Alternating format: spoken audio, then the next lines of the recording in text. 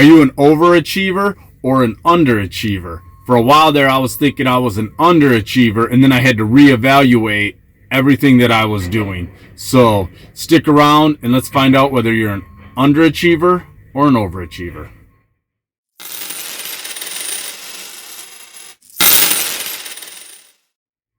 Hey, what's up everybody? This is Leroy and welcome to my channel 40 and Broke, where we're all about getting out of debt, saving, investing, and getting our finances under control so we can live the life we've always dreamed of, because that's what it's all about, living the life we've always dreamed of.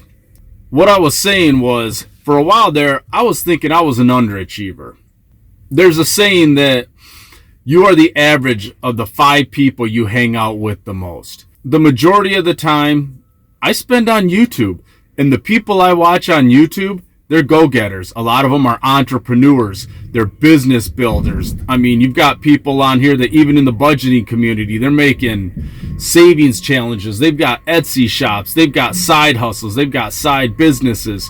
They are, making products. They're selling products. They're making digital products. They're selling them. They're making investment courses. They're making finance courses. They're doing all these things, and they are out there getting it. They're killing it, I mean, maybe not monetarily wise, but when it comes to achieving things and being, I want to say successful, because that's what it is. It's successful because even if their products aren't selling huge, they're still creating them and they keep putting them out there. I was looking at what they were doing and I was like, man, these guys are killing it. They're working long hours. They're getting their stuff done. They're putting their stuff out there. And I'm like, I'm not living up to this standard. So I'm sitting there thinking, man, I'm an underachiever. So I'd kind of get depressed on myself. And I got to, and that's where the comparison is the thief of joy comes in, because I was comparing myself and it wasn't that I was getting envious. It was that I was like, I need to step up my game and I need to do better. Look at how well these people are doing. You're taking the little time that you have spare that you could be working on something, and you're not doing it. You're not working on things that make you better. So I would just sit there and think, man, I just wasted an hour and a half watching this TV show while I was eating dinner, when I could have been writing in my book, when I could have been working on my investment course, when I could have been working on my coaching business. So I would get down on myself and I was feeling depressed. And then one day I don't know. It's just, you always get those flashes of inspiration. They just come in a snap, and that's what this was. And I was like, everybody I'm watching on YouTube, I mean, they're like top 1% overachievers. I watch people like Patrick Bet-David from Valuetainment. I mean, this guy's, he's killing it. He's grinding. He's working. I mean, I don't watch people like, Gary V, who's like, you can sleep for 2 hours and the rest of it should just be grind. I don't do that. I don't watch guys like that. And I mean, I can understand what he's saying. He's basically saying, take that spare time that you have when you're like, well, I don't have any time to do this. And he breaks the time down. He said, you can do this, you can do this and still get 6 hours of sleep. He said, but instead you don't want to use what little bit of time you have to be productive. And so I start, and that's where I was getting down on myself. I'm like, I'm not using that little bit of time to be productive.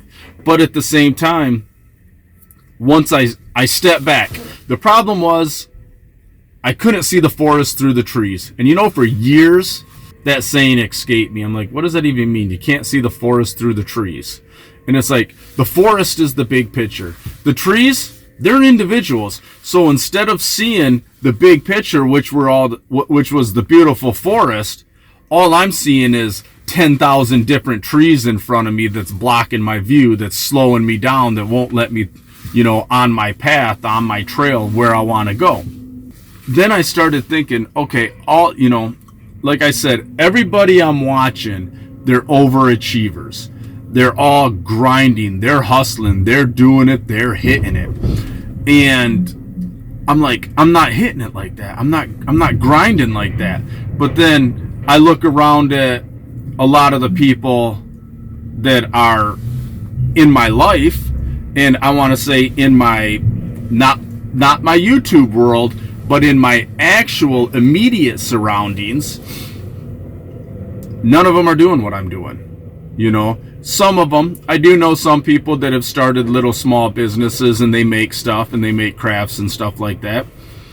But it's like a lot of them, they go to work, they work their fingers to the bone, they work themselves into the dirt, and then the weekend is for them to kick back, catch up, relax, stuff like that.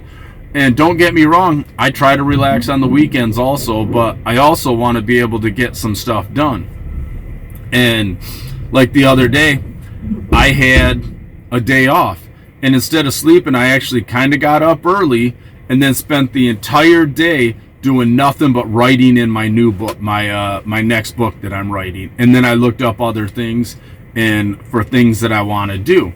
The people around me, the average Joes, to them, I'm the overachiever. That's why when I wrote my book, that little the workbook that I have, the Prison to Penthouse Workbook, everybody was just like, that is so amazing, you wrote a book. And I'm just like, yeah, I wrote a book.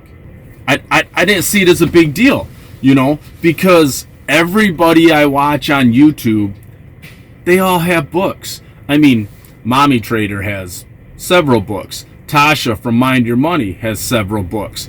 Guillermo from Finance ABC has a book. Caleb Bale has a book. Look at everything that Hands and Bands has put out. She's got all her, they're scratch-off books and stuff like that, but they're still books. There's so many things that different people have put out that it just didn't seem like a huge achievement to me. And I had to step back and be like, to the average Joe, that's a huge achievement, because you've got so many people that are like, oh, I'm going to write a book. Oh, I want to write a book. And I actually sat down and did it. So when you start feeling down on yourself, just remember, the average Joes around you, you are the overachiever. On your YouTube circle, those are the people that you're trying to emulate. Those are the people that you are trying to become. To them, you're the average Joe and they're the overachiever. But to the average Joe around you, you are the overachiever. So don't forget that. When you start getting down on yourself, you're killing it. You are doing great. Don't let yourself get depressed. Keep pushing forward, and just know you're the overachiever. You are a superstar. Keep at it.